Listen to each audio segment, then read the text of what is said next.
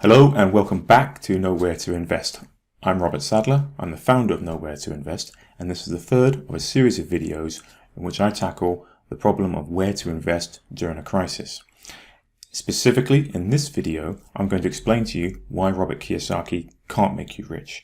Now, frequently, it's not really a well-known fact, but during a crisis is usually the best time to buy investments. Of course, many of us don't usually have the funds at that moment in time, but putting that to one side at the moment, as I said, I'm going to explain to you why, whether the market is doing well or it's doing poor, Robert Kiyosaki can't make you rich. But what I will also explain to you, and by the end of this video, what you will understand, is what elements of Robert Kiyosaki's strategy can help you achieve your goals, and which elements probably won't work.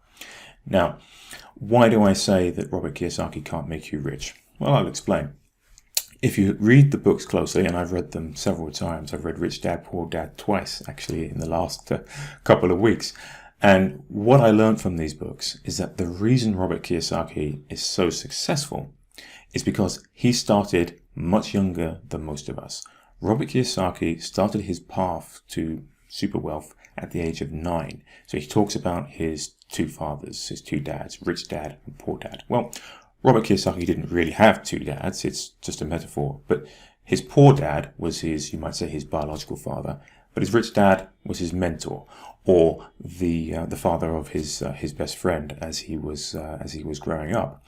His rich dad was a business owner, and he taught both Robert Kiyosaki and his best friend, his childhood friend, the key principles of how to build wealth, but also how to build a business. And that's the key takeaway. Now, the issue is this. Robert Kiyosaki's poor dad encouraged Robert Kiyosaki to go to school, get an education, get a job, start paying into retirement funds, and then perhaps in 40 years' time, he might retire. And that is the plan for many of us. Now, the issue for most of us reading Robert Kiyosaki's books and looking for guidance is that by the time most of us have left college and begun our path into work, Robert Kiyosaki already had maybe 15 years of experience in both working and learning about investment. Many of us don't have that. In fact, many of us, when we get around to reading Rich Dad, Poor Dad, have either gone through the college process, which is where I was when I first read it 20 years ago, or maybe we're mid-30s, mid-40s, we've got kids, we've got a mortgage. We've already made the mistakes that Robert Kiyosaki tries to warn us against. So it's very difficult at that point to shift your approach to investment to suddenly start doing what Robert Kiyosaki's done. At the time Robert Kiyosaki was in his mid-40s, he had essentially retired. He'd made enough money to retire. So we have to recognize that when Robert Kiyosaki is giving us his advice, he's doing it from a position of somebody who's already achieved it. And he often talks about in his book how easy it is for him to do real estate investments. Well, maybe it's easy for him, but for him to tell you that real estate investment is easy, it's a bit like Michael Jordan telling you that playing basketball and winning NBA championships is easy. Well, even for Michael Jordan, of course, it wasn't easy to win those championships, but playing basketball was pretty easy for him. For me, I've never played basketball in my life. So if I was going to pick up basketball right now, well, I'm never going to make it to the NBA. I'm probably not even going to make it to a local team. So we have to keep these sort of realities in mind. Now, in his mid-40s, as I was saying, Robert Kiyosaki was an expert in investment at that time. Okay, now you may well be in your mid-40s, or maybe in your mid-30s, or maybe younger, or maybe you're slightly older. But what this means is that your approach must be different to Robert Kiyosaki's approach. And we must also keep in mind that when we read a self-help book like a Robert Kiyosaki, Rich Dad, Poor Dad, in which the focus is investment, in which you may well be interested in investment, we have to keep in mind that Robert Kiyosaki is speaking based on his own experience, and he's speaking in general terms. This is not a strategy that's specific for your unique situation. Everyone has a unique situation.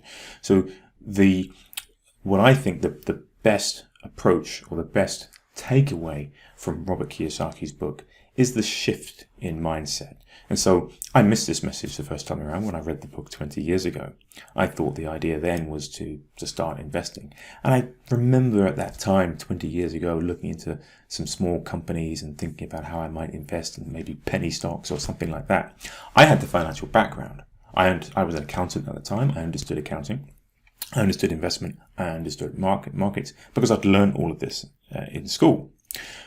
But the trouble was I simply didn't have the time. I was working full time, and also, I was a young guy. I was going out. I was enjoying myself and trying to shift my mindset from, hey, I've got the whole world ahead of me, and I'm having a good time, to getting serious. Well, for me, it was too much at that moment in time. And here I am, 20 years later. But I think in that time I've shifted my mindset. But to shift that mindset requires a lot of work, and it requires, as I say to people, for you to continue listening to the message. So what does listening to the message mean? Well, again, Robert Kiyosaki hints at this in his book. It's reading a lot of books around the same subject, and it's got to be specific. It's got to be around the subject of shifting your mindset to becoming more of a business-focused mindset. I would say that is more important than even thinking about investment. Now, the other issue is that Robert Kiyosaki talks about a number of elements that you need to develop your financial IQ or financial intelligence. One of these is accounting, there's investing, understanding markets, and understanding the law. Well, I understand accounting, and undoubtedly Robert Kiyosaki did, but accounting is a highly technical and professional area. Now, if you're in, mid-30s, mid-40s, you've got a family, you've got a mortgage, you've got a job, do you have time to start learning accounting? Maybe not, unless you already know it. Do you have time to really start learning investment? And by learning investing, let me give you an example of what I mean. One of the things I've observed from people who've read Robert Kiyosaki and books like Robert Kiyosaki is that they leap over all of the work required to understand investment. So they don't have an investment background. So I can give you an example. A friend of mine is a doctor, and he's a brilliant doctor and certainly highly regarded within his field. And now the issue there is that it's very difficult to apply what you might know about being a doctor and what, if there are any transferable skills, whatever they are, and try and transfer those into a real estate investment. And so what is the outcome there? Well, while my friend is undoubtedly extremely intelligent and very gifted and very brilliant, what he lacks is the background in understanding how a specific investment works. So what do I mean by that? Well, as I said, I see a lot of people, they jump over all of the learning and background that's required to understand how an investment works and go straight into a direct and complex investment. And believe it or not, an investment in rental properties is highly complex. People don't realize it is, and people often tell me how simple it is. Well, it's not simple, and I'll explain why. A number of things that can go on. I worked as a lender for many years, and some of my borrowers or my clients were buying residential properties, and what they didn't know was law. What they didn't understand was contract law and their obligations under their contract to the bank, but also the obligations to the local government in terms of zoning requirements or the requirements of how a property is maintained. And so I had one client who didn't understand these things, but they were contractual obligations. She didn't understand the contract. She didn't understand the law. And what did this mean? It meant that the bank enforced upon her and basically demanded that she repay the loan. As you can imagine, this created huge problems for her. And going back to my example of my friend who's a doctor, now one thing that Robert Kiyosaki often says is, well, he's not interested in managing a property. I'll just hire a property manager. And this is what my friend did. And this is what many people tell me. They say they want a passive income from residential investment or from rental properties, so they hire a property manager. But how do you determine who's a good property manager and who's a bad one? Not easy. And I've seen this happen twice. I've seen this happen with professional investors who hired the wrong property manager, and I've seen it happen with my friend who hired the wrong property manager. And what kind of damage can the wrong property manager do? Well, I'll tell you what they can do. They can steal your property effectively. And this is what happened to my friend. His property manager told him there was nobody in the property was vacant, while at the same time the property manager put his own tenant into the property and started having that tenant pay the rental income to him. So the tenant is paying the property manager the rent. The property manager is telling my friend, the landlord, that there's no tenant, and he's taking all of the money. And just when my friend started to realize that something funny was going on, the property manager took all the money, left the country, disappeared, the tenant disappeared, everyone was gone, and my friend was left with a poorly maintained property. And it's become very expensive for him to fix this property. While he's fixing the property, there's no income coming in, he can't let the property. So these are the kinds of problems and kinds of pitfalls that can occur if you leap straight into property investment without fully understanding how the market works, how the properties work, understanding the difference between a good property manager and a poor property manager, and also understanding what your contractual obligations are to the bank and to all the other parties involved, and of course the law and how the law and the regulations govern the way you're supposed to manage a property. So ultimately, many of these investments are highly specialized investments, and you do need to have that necessary background.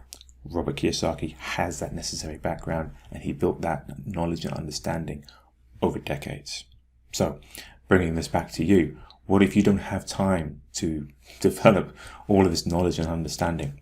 It's not a problem. You can still draw the general principles from Robert Kiyosaki, which is the mind shift.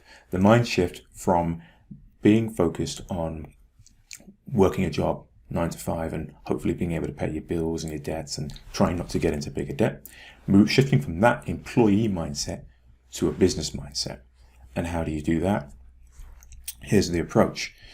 One element that Robert Kiyosaki talks about in terms of his financial IQ can apply to any of us, and that is understanding markets, supply and demand, what sells, when it sells, so on and so forth. You can then also look at what you're actually good at and ask yourself, really honest and deep searching questions. Are you good at real estate investment? Have you ever done it before?